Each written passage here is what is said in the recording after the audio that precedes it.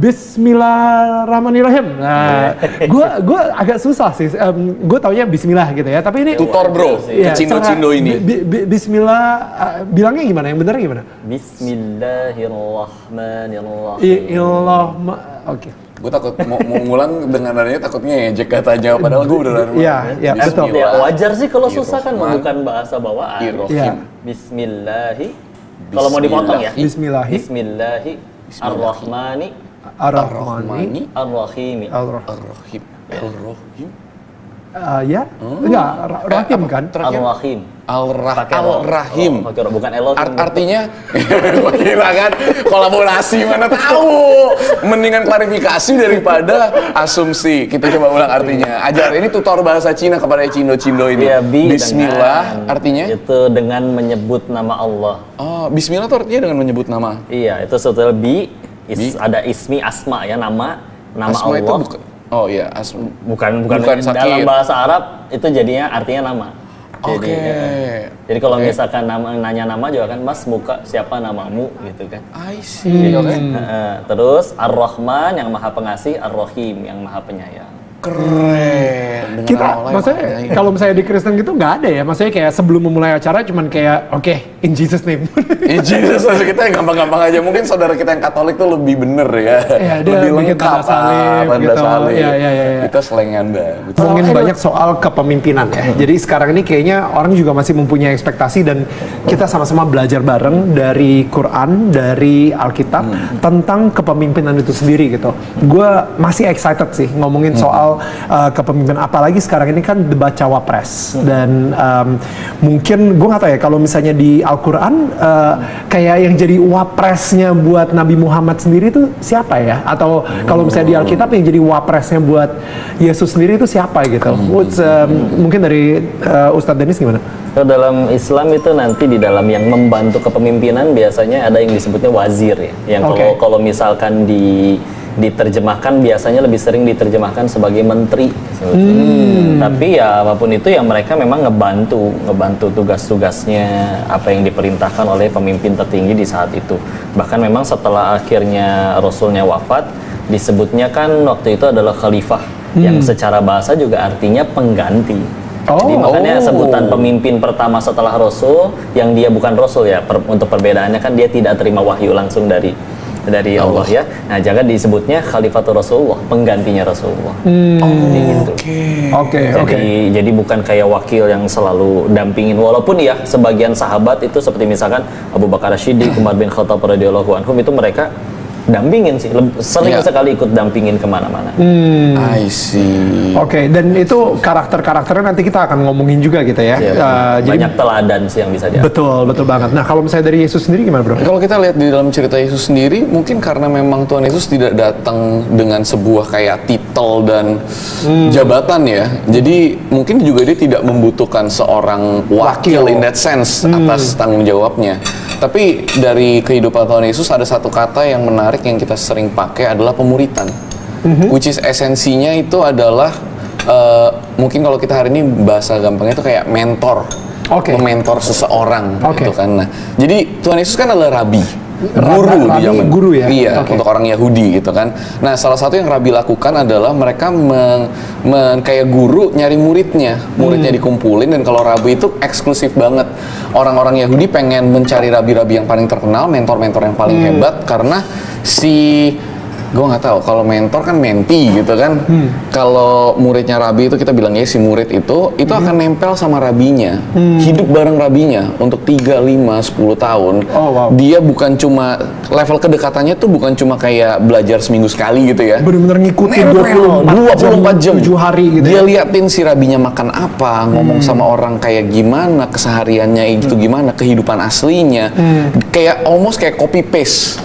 Untuk bisa ngedapetin kenapa rabi ini sedahsyat itu gitu. Nah, pada saat rabi ini udah selesai kayak masa mentoringnya dan orang ini lulusannya, maka ceritanya diturunkanlah hatinya, prinsip-prinsip kehidupannya, kebijakannya kepada orang itu. Mungkin itu yang paling menjadi dasar kalau dilihat wakil ya. Betul. Tapi balik lagi, karena Tuhan Yesus selalu menetapkan yang namanya servant leadership, kepemimpinan yang dengan hati hamba. melayani gitu, dan dia Right. juga datang tidak punya titel, jadi kita nggak melihat dinamika bahwa gue punya wakil nih, kalau gue satu hari nggak ada baru lu gitu. Banyak orang yang ini sesuatu yang berbeda daripada nobar lainnya gitu kan. Right. And I feel this is bener sih kata lu, impact dan mungkin ada manfaatnya juga gitu. Iya. Kalau dari lu sendiri gimana ngelihatnya? Ya harus itu sih yang jadi tujuan. Tadi sebelum kita live juga kan sempet, tadi sudah masuk ya, yang pas Bismillah tadi. Iya. Iya. Ya. Di dalam Islam itu salah satu cara membedakan sesuatu itu sekedar perbuatan atau jadi ada nilai ibadahnya, ya memang dengan tadi mengucap nama Allah itu dulu. Kayak misalkan kita ada yang kerja sekedar pengen nyari duit, tapi ada yang sekedar untuk ada yang niatnya untuk supaya nafkahin orang-orang yang dia sayangi, itu bisa jadi perbedaan nilai ibadah. Salah satunya ketika ya tadi sudah menyebut nama Allah. Jadi ketika akhirnya udah ada nilai ibadah yang pengen dibawakan, di saat itu kan berarti nanti tujuannya bergeser. Berarti tujuannya pengen dapet ya, ada yang nyebutnya pahala, ridho Tuhannya. Yang kalau itu yang dituju, ya sekecil apapun perbuatan kita tuh nggak akan disia-siain gitu. Sehingga dia tuh nanti jadi nothing tulus. Apapun yang udah dia lakuin jadi nggak ada ruginya. Aku nolongin orang nih, dia malah jahat, nggak rugi kan, berbuat baiknya biar supaya Allah suka, bukan supaya kamu suka. So good. Jadi kalau misalkannya aku harapin masih kamu terus, sedangkan bagaimana cara kita membuat satu dunia cinta sama kita, ini kan yang repot. Jadi makanya responnya ya kita lihat ya komennya, tapi ya apapun mereka mau komen, kajian, saya bukan nyebut kajian ya. Bagi saya ini acara ini baru berhasil bukan ketika makin banyak yang nonton.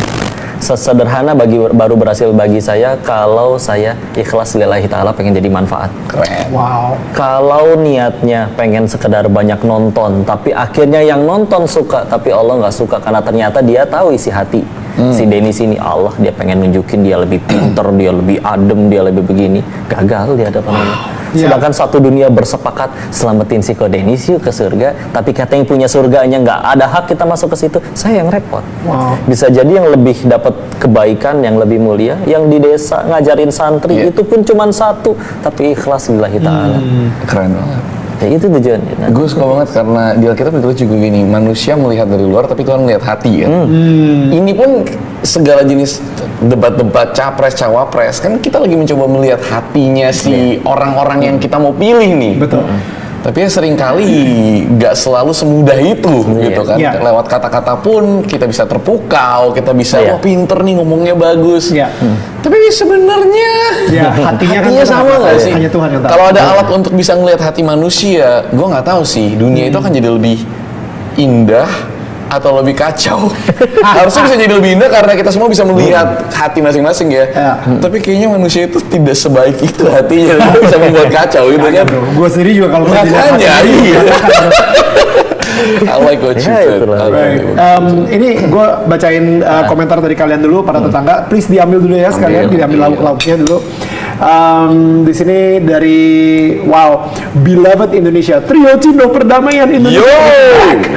Siapa sih yang namain kita Trio Cindo? Dari satu komen langsung semua udah.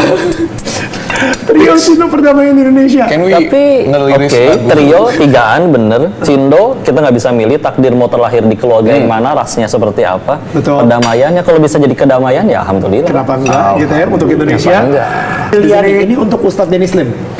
Mau tanya dong buat Ustadz Dennis, MUI kan sudah mengeluarkan fatwa bahwa golput itu diharamkan. Nah, tanggapannya seperti apa nih Ustadz? Baik, bismillah. Golput tuh yang nggak mau milih gitu ya? Betul. Ya, fatwa ulama, dari ulama itu sudah sebetulnya dari kata orang yang berilmu ya. Jamaknya orang berilmu, alim, jamaknya jadi ulama. Mereka berkumpul di situ para alim ulama yang tahu ilmu, dengan ilmu itu jadi cahaya. Maka memang kenapa kita harus ikut imam, ikut ulama? Karena memang ya kalau kita nggak ngerti ikut siapa dong? Sebaiknya kan ikut yang berilmu. Kalau sudah difatwakan seperti itu, maka ya sudah, kita sebagai umat yang tidak secerdas mereka-mereka yang lebih berilmu, maka ya sudah diikutin saja.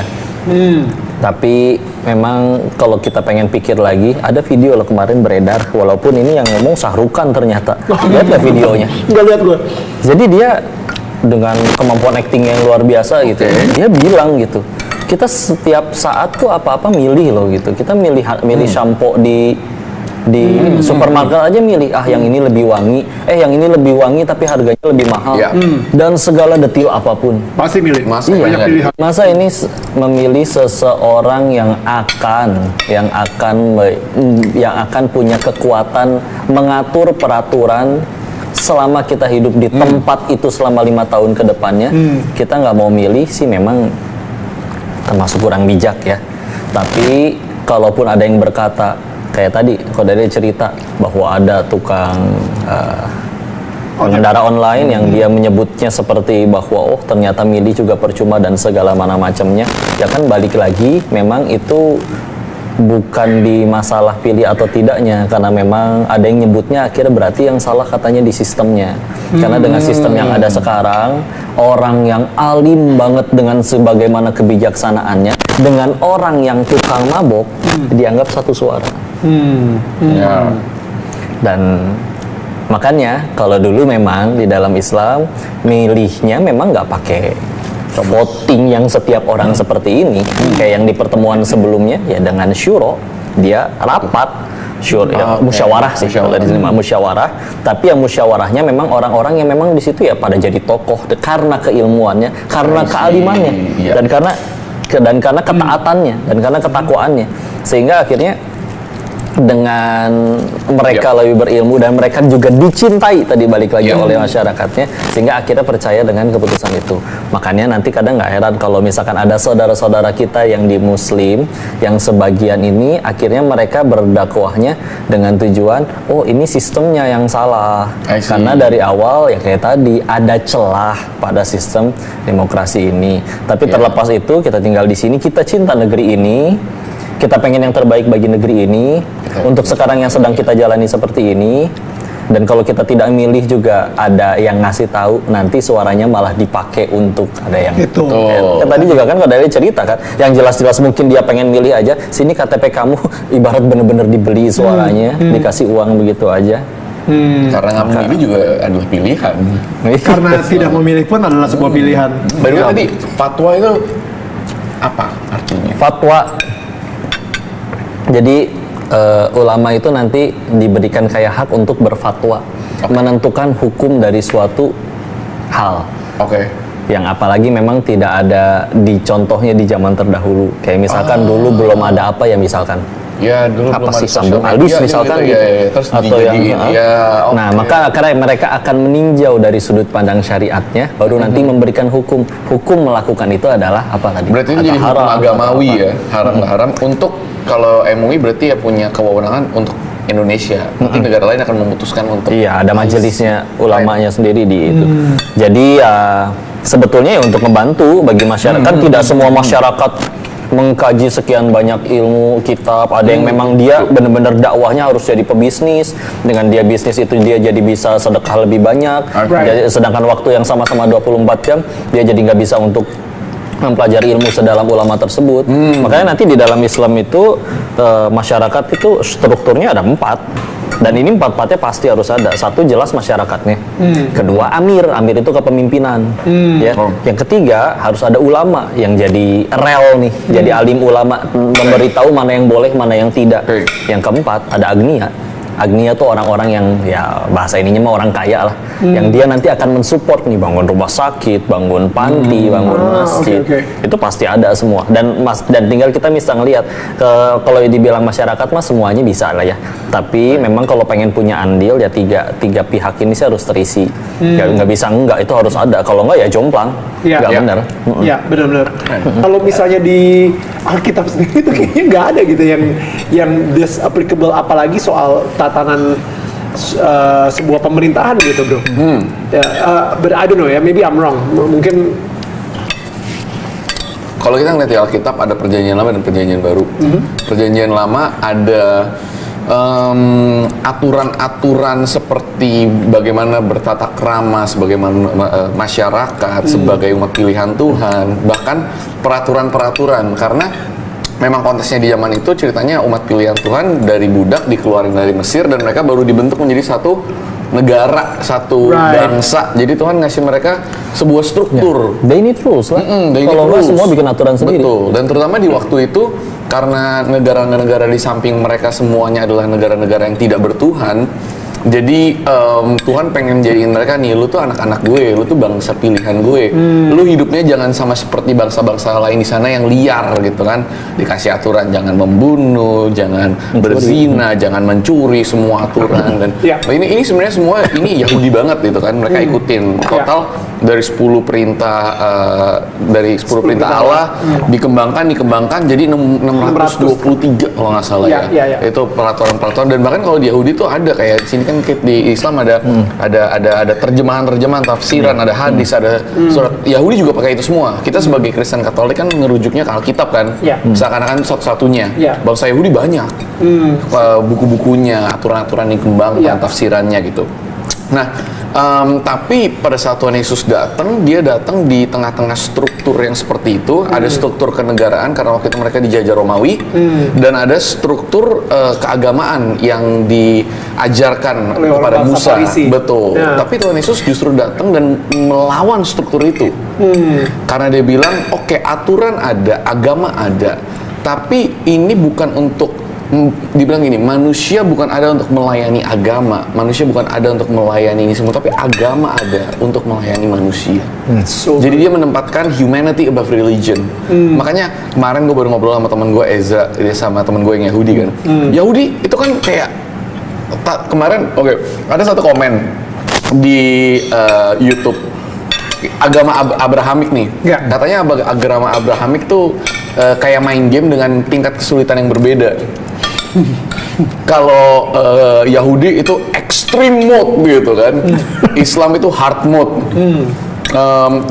Ortodoks itu kayak medium mode, Katolik itu medium mode gitu kan. Terus kalau Kristen katanya namanya story mode gitu. Kalau di game itu story mode itu easy mode. Basically lu nggak bisa mati gitu. Lu nggak bisa kalah karena lu cuma menikmatin seru mainnya aja gitu kan.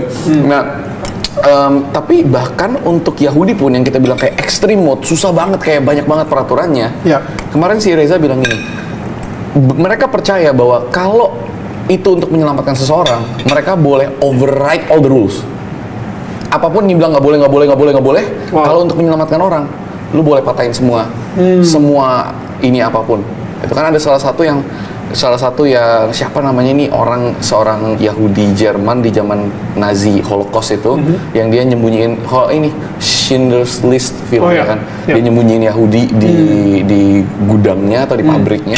Kan ditanya kan, ada orang Yahudi nggak di sini, ditanya gitu. Dia bohong atau enggak gitu kan. Dia bohong. Karena untuk Yahudi pun mereka boleh ngelewatin bypass all rules selama itu untuk menyelamatkan nyawa manusia. Kayak cool, sebegitunya ya. Bahkan agama itu menunjukkan bahwa manusia itu penting, dan Tuhan Yesus datang dan dia menunjukkan ini lebih penting lagi, bahwa semua aturan yang bahkan mereka punya itu baik adanya. Tapi kita tidak terpaku kepada aturan itu, tapi terpaku kepada cinta kasih. Makanya Kristen balik lagi cinta kasih. Plus poinnya adalah ngomonginnya hati. Minus poinnya mungkin jadinya agak-agak bukan, justru the other way around. Kalau itu maksudnya kita bisa unstructured. Contoh, Katolik kan satu United Church, semua dimanapun Catholic Church sama. Semua sama. Islam juga lumayan relatif lebih sama gitu kan strukturnya. Organisasi Kristen kan udah kayak semua dengan style masing-masing dan lain-lain. Jadi ada plus minusnya semua. Tapi sebenarnya balik lagi, semua pun dimanapun balik lagi kan hati gitu. Tadi nge-quote Quran, nge-quote abis itu ada prinsip dari Hindu juga, gitu kan. Tadi di Quran dia quote apa ya, tentang itu bahwa memang di bumi itu sudah terjadi kerusakan, baik di fil ardi, di bumi, maupun wal bahr, di lautan, karena ya ulah manusia sendiri. Jadi memang itu juga dulu yang malaikat pernah tanya kan, kenapa engkau memilih untuk ada yang memimpin di dunia ini, di bumi ini, yang justru mereka bisa ngelakuin kerusakan loh. Itu pernah ditanyakan juga oleh malaikat kepada Allah. That's so good. Jadi Tuhan itu mempercayakan manusia untuk mengelola bumi ini, dan malaikat sendiri padahal udah bilang gitu ya, kayak padahal nih orang bisa ngerusakin nih alam ini. Makhluk yang kau ciptakan ini bisa berbuat kerusakan loh. Wow. Tapi ya itu ada bahasannya. Dan buat Tuhan itu di Al-Baqarah Wa idz qala rabbuka lil malaikati inni ja'ilun fil ardi khalifah qalu atajalu fiha may yufsidu fiha wa yasfiku dima wa nahnu nusabbihu bihamdika wa nuqaddisu lak. Sedangkan kami itu selalu bertasbih dan memujimu. Malaikat sampai bilang kayak gitu loh. Wow. Ya. Dan gitu qala ini wa antum la ta'lamun, dan Allah berkata bahwa aku mengetahui dan engkau tidak mengetahui. Allah segitu percayanya sebetulnya dengan manusia. Wow. Dan memang akhirnya ada renungan seperti ini ya. Malaikat wajar nurut. Mereka tidak diciptakan untuk membantah. Mereka memang diciptakan semurni itu untuk nurut. Tetapi ketika manusia yang disempurnakan, dia punya dorongan untuk berbuat baik. Orang nyebutnya syahwat, orang nyebutnya apapun itu. Dan kita perlu syahwat. Kalau nggak ada syahwat, kita nggak ada yang mau berkembang biak. Dan kita perlu melanjutkan keturunan. Ya. Jadi ambisi dan yang lainnya itu tidak sepenuhnya buruk. Ya. Dan ketika akhirnya dia tidak menggunakan semua titipan dari Allah itu, misalkan akal. Kita tahu, dalam artian misal mohon maaf ya, kambing nggak pernah saya lihat ada yang mohon maaf misalkan dia melakukan homo lah atau gimana gitu ya. Manusia, naudzubillah, bisa ada yang sampai ngebunuh demi itu dan sebagainya macamnya. Tapi ketika dia bisa memilih untuk tetap berbuat kebaikan, maka kasta atau derajatnya lebih tinggi di hadapan Allah dibanding malaikat. Makanya kalau kita kayak bicara tentang surga aja, yang ngelayanin manusia yang udah berhasil nyampe ke situ ya malaikatnya itu sendiri. Free will berarti kehendak bebas. Free will ya. Oke. So yang paling berbahaya. Itu juga sih kayak I think di Alkitab Tuhan bilang ke Adam, be fruitful and multiply, dan habis itu dia juga Tuhan juga bilang bahwa dia mempercayakan Adam, bumi dan isinya dengan untuk di manage oleh Adam gitu kan, oleh manusia gitu. Tapi itu dan apa ya, binatang-binatang pun juga akan ada di bawah kekuasaannya Adam gitu kan. Tapi akhirnya malah sekarang ini banyak banget orang-orang yang meng-quote si ayat tersebut, jadi dieksploitasi. Oh, Tuhan udah memberikan gue tanggung jawabnya, gue udah mendapatkan kuasanya, malah dieksploitasi gitu. Dan akhirnya ikut keserakahan, ya kan? Toh karena nggak apa-apa. What do you think about that? Sama. I think sampai hari ini gue masih nggak ngerti kenapa Tuhan memberi kita kehendak bebas. Kalau dipikir garis besar, maaf ya Tuhan, bukan bermaksud menjelekan, tapi itu adalah hal terbodoh yang dia bisa lakukan. Kenapa? Kalau Tuhan nggak kasih kita, coba isinya malaikat semua. Nurut. Bumi ini nggak bakal ada dosa, nggak bakal ada orang-orang yang berbuat jahat. Tapi entah kenapa dia ciptain manusia yang dikasih kehendak bebas untuk berbuat baik atau buruk, untuk memilih baik atau buruk, dan seringkali kita milihnya yang buruk. Kalau kita di Kristen, kita percaya karena manusia memilih itu gara-gara iblis menghasut, kita makan, dosa masuk, berantakan semuanya. Tapi kan dari awal ditanya, kenapa Tuhan kalau udah tahu bisa berantakan, menciptakan sesuatu yang bisa berantakan? Kadang-kadang ada beberapa hal yang bagi gua pribadi itu adalah masuk ke dalam misteri kebesaran Tuhan yang kita nggak ngerti. Tapi gue bisa bilang paling gini, yang gue bisa ngerti, ya namanya cinta itu butuh pilihan. Kalau dia menciptakan semuanya malaikat yang udah terprogram untuk menyembah dia, untuk nurut, kan bukan berdasarkan pilihan kan? Itu bukan cinta lagi. Kasih, ya kan? Makanya kalau dia udah nggak mau bersama dengan kita, untuk semua teman-teman yang putus cinta, itulah cinta. Buat kita, dia mati di atas kayu salib. Buat gua kan Tuhan Yesus, dia mati, dia nggak itu pilihan yang terbaik yang kita bisa ambil untuk memilih dia. Itu pun dia nggak bisa paksakan kan. Pilihan yang sepenting itu aja dia nggak bisa paksakan, dan kita nggak selalu memilih. Apalagi pilihan untuk menjadi pengelola bumi, untuk memanage isi-isi bumi. Sama, mungkin di Islam dikasih lebih banyak detail. Yang gue suka dari Islam itu detail banget bro. Detail struktur aturan itu banyak yang bisa diambil untuk menjadi kayak pegangan dan instruksi. Kalau di kita lebih dikasih kayak guideline, prinsip garis besar, dan dikasih untuk melihat ke hati, tapi lo harus bisa pikirkan sendiri bagaimana lo akan menerapkannya ke dalam kehidupan hari-hari. Tapi juga di agama, kalau di agama Kristen tuh dulu kesalahan kita sebagai orang Kristen adalah kita ngerohani aja yang di atas dan kita lupain di sini. Jadi contohnya kita beribadah setiap hari Minggu gitu kan, tapi Senin sampai Jumat kita ngerusak lingkungan dengan buang sampah sembarangan, pakai plastik dan lain-lain. Tapi zaman sekarang orang makin banyak, ahli-ahli agama Kristen pun banyak yang berpikir keluar teologi-teologi baru yang namanya ekoteologi contohnya. Artinya apa tuh? Eko itu kan lingkungan, berbasis alam. Berbasis alam. Artinya ngomongin eko. Bukan berbasis alam. Mas Eko. Bukan. Artinya adalah bagaimana kita sebagai Tuhan pencipta, kita adalah manusia yang diciptakan dan semua ini ciptaan Tuhan, kita sebagai representasi dari Tuhan, bagaimana kita berinteraksi dengan ciptaan yang lain, itu bagian dari iman kita. Baru ditelusuri artinya kalau contohnya gini, kalau kita percaya Tuhan menciptakan dan Tuhan suatu hari akan mengembalikan, menyempurnakan semuanya lagi, ya hari ini jangan lu rusakin bumi, kalau enggak ya lu ngerusakin apa yang Tuhan udah buat gitu. Jadi bagi gua, kita harus lebih jangan jadi orang-orang yang terlalu agamawi, cuma oke gue beribadah Tuhan doa baca Alkitab, karena itu internal. Eksternalnya apa? Bagaimana kita kerja, bagaimana kita mengatur, mengelola ini semua, itu adalah eksternalnya. Yang serunya internal kita boleh beda-beda, tapi eksternal kita harusnya sama. Semua agama mengajarkan kebaikan. Makanya gue suka banget Coki Pardede, temen gue yang ateis, dia bilang, lu mau percaya Tuhan manapun, lu mau percaya Hello Kitty Tuhan juga gue gak masalah. Yang penting kehidupan lu gimana? Lu berbuat baik buat orang nggak? Lu ada gunanya buat masyarakat nggak? Kalau lu berbuat baik dan berguna, lu sembah tuh Hello Kitty. Tapi lu menjadi berguna bagi jadi manusia. Keren banget. Itu perspektif gue ngelihat, jadi bisa melihat ke dalam agama iman gue dari perspektif di luar iman gue, dan kayak benar juga ya, itu poinnya. Sampai ada yang bikin itunya tuh, ada orang ceritanya diizinin mati, dia suruh pilih dulu. Kalau saya kasih kesempatan deh, lihat surga dulu. Sekali lagi ini mah parodi ya, bercandaan aja. Lihat si neraka, lihat ini. Begitu neraka ternyata tidak seserem yang dibayangin. Bahkan dikasih hotel, ada perempuan nemenin dua, dilayani. Oh ternyata iya, neraka nggak separah ini, nggak separah yang diomongin orang-orang. Ya udah deh, ketika akhirnya disuruh pilih, dia udah ngelihat dua tempat nih. Akhirnya dia milih, ya udah di neraka aja. Pas sampai neraka kenapa kosong begini? Malah yang ada siksaan. Terus ada seorang ngejawab di situ, dia bilang, oh kemarin kami lagi kampanye soalnya, sekarang udah. Ya tadi yang juga memang disampaikan ya secara realitas tadi juga kita bahas ya.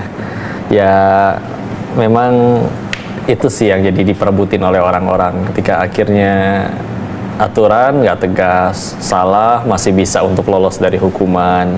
Lalu akhirnya jadi ya orang jadi ya banyak mafianya. Yang disayangkan kan jadinya seperti itu. Dan ini mah jadi usul. Karena dulu memang gaji pemimpin itu ya bisa dibilang kecil. Di dalam Islam itu dulu ketika akhirnya besar, yang gaji terbesar yang pernah ada sepanjang semua pilihan profesi yang ada, guru.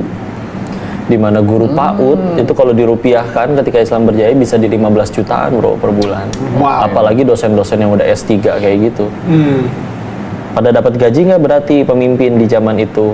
Contoh Sayyidina Abu Bakar As-Siddiq radhiyallahu anhu itu ketika dipilih ngegantiin Rasul mimpin, izin boleh nggak saya sambil jualan, karena ya beliau memang pengusaha dan punya anak cucu kan pengen nafkahin. Terus akhirnya ya mana bisa sih ngurus negara sambil jualan, akhirnya diputuskanlah ada gajinya deh dari negara, yaitu sehari itu setengah ekor kambing. Berarti dalam satu hari dapat 1 ekor kambing. Cuman uniknya memang beliau memang orang yang berbeda ya. Setelah 2 tahun beliau mimpin dan wafat, punya surat wasiat, punya wasiat yang meminta keturunannya hitung jumlah kambing yang pernah beliau terima dari negara, dijumlahin, ambil dari warisannya, sedekahin balik lagi ke negara. Gokil. Jadi mimpin tuh gratis gitu. Gila. Sedangkan satu yang mau mimpin juga di saat itu nggak ngerebutin, karena waktu itu juga apa sih yang didapat? Setengah ekor kambing, jadi pengusaha kambing sekalian, gede. Jadi akhirnya kalau gue akhirnya mimpin, apa tuh yang didapat? Gue mau ngejar apa sih jadi pemimpin? Fasilitas segini-gininya, apa dan jadi. Sedangkan kalau sekarang kan izin, kemarin juga ada obrolan tentang masya Allah dapat tunjangannya, dapat apa, gede banget tuh. Siapa sih orang nggak mau? Belum lagi deal-deal yang di bawah tangan. Ketika akhirnya ya udah balikin. Jadi seperti kalau misalkan gajinya dibikin kecil nggak ada tunjangannya, nanti nggak ada yang mau mimpin gimana? Ya justru bagus. Jadi akhirnya yang harus mimpin adalah yang ditunjuk, bukan ngajuin diri balik lagi. Ketika akhirnya ditunjuk, dia juga aduh mimpin udah secara dunia dapatnya sedikit, capek, tapi kalau memang ini harus jadi jalan dakwahnya saya, jalan khidmatnya saya kepada negeri ini adalah seperti ini, akhirnya dia terima. Dan akhirnya tadi orang juga mikir dia mau licikin apa yang didapat juga sedikit, sehingga akhirnya jadi orang tuh nggak sampai segitunya. Kalau sekarang benar-benar dapat kayak misalkan ya mafia tadi, entah di bidang apapun, pertambangan dan yang lain-lain, punten lah apa sih yang dikejar? Ini kan udah pasti Ya, karena akhirnya sekarang dibikin semuanya serba itu, ditambah semua tayangan dan tontonan juga semuanya pada flexing, pamer, pada punya ini itu, jadi seolah bahagia, sukses dan segala macam itu hanya tentang itu aja. Betul. Makanya balik lagi kita bahasannya obrolan kayak gini pun supaya yuk lah seimbang lah. Oke, itu perlu, kita perlu duit, kita perlu apa. Tapi ya jangan kita yang malah jadi budaknya loh. Jangan malah jadi kita yang hamba uang. Ya uangnya kita pakai untuk jadi manfaat, jadi kebaikan. That's so good. Balik lagi sih yang dibilang, balik itu kan ngomong masalah hati kan, motivasi, niatan. Kalau gue sekali lagi bilang, dalam hal ini gue bukan seorang penggiat politik yang ngerti semua masalah Indonesia dan bisa memutuskan dengan mencari, mungkin nggak, ya itu bukan berarti gue tidak boleh tidak seharusnya mencari tahu. Gue mencoba mencari tahu, tapi tetap aja gue nggak bisa memilih dengan logika gue yang paling tepat itu siapa gitu kan. Karena gue itu bukan ilmu gue, itu bukan sesuatu yang gue dalamin. Tapi bagi gue yang paling penting adalah cari orang yang kita bisa lihat punya prinsip hidupnya, punya karakter, punya motivasi. Itu sebenarnya juga yang paling susah. Tapi balik lagi tadi kan nanya, gimana kalau orang yang udah kebiasaan kan janji di depan nggak pernah dilakukan kan? Balik lagi kalau orang itu punya integritas, setidaknya itu yang kita bisa percaya. Kita nggak bisa selalu percaya pada omongannya, atau gue selalu bilang kita selalu nggak bisa percaya tangan, bahkan Tuhan aja. Gue bilang gini, kita nggak selalu bisa mengerti tangan Tuhan. Tangan Tuhan maksudnya apa? Apa yang dia lakukan. Kita kan bilang, aduh Tuhan kenapa engkau membiarkan ini terjadi kepadaku. Ada orang yang bahkan merasa gue sesuatu buruk terjadi kepada gue, ini kayaknya Tuhan yang hukum gue nggak percaya Tuhan menghukum, itu kan kita yang bisa mendatangkan hal buruk. Tapi gimana pun itu kerjaan tangan Tuhan kita nggak ngerti, tapi kita bisa percaya hatinya. Gitu kan? Dan gue selalu cuma kalau ngomongin mencari pemimpin, apakah itu di dalam konteks let's say di gereja gitu, cari pemimpin gereja siapa sih? Gue selalu bilang jangan cari orang yang punya skill paling tinggi, yang paling jago khotbah, paling jago dakwah, paling sering beribadah. Itu nomor 2. Skill itu bisa diajarin, kepintaran itu bisa ditambahkan. Pemimpin pun mau pemimpinnya itu nggak terlalu jago, dikelilingi dengan orang-orang yang pintar bisa. Tapi hati itu, hati, karakter, integritas. Dan kita semua tahu itu yang paling susah. Karena kita pun kalau nggak mau lihat jauh-jauh, lihat di dalam aja, itu yang paling susah kan. Jadi kalau buat gue, terlepas dari semua ya kemampuan, expertise, experience mereka, mengenal mereka dalam 1-2 bulan ini, kita coba pelajarin mereka punya kehidupan, mereka punya sejarah. Bahkan kita lihat yang di luar ini sebenarnya ya buat gue, yang di luar ini, gimana dia sama keluarganya, ya kan, gimana dia memperlakukan orang-orang di luar sana, gimana dia yang di orang-orang sekitar dia ngomong apa sih tentang dia, gitu kan, bukan orang-orang politiknya doang, tapi teman-temannya dan lain-lain. Gue mungkin pada akhirnya akan memilih seseorang yang dalam hati gue dengan waktu yang gue punya terbatas untuk gue mencari tahu, kayaknya orang yang paling oke deh. Karena faktor lainnya terlalu banyak buat gue, kayak itu tuh hati kan.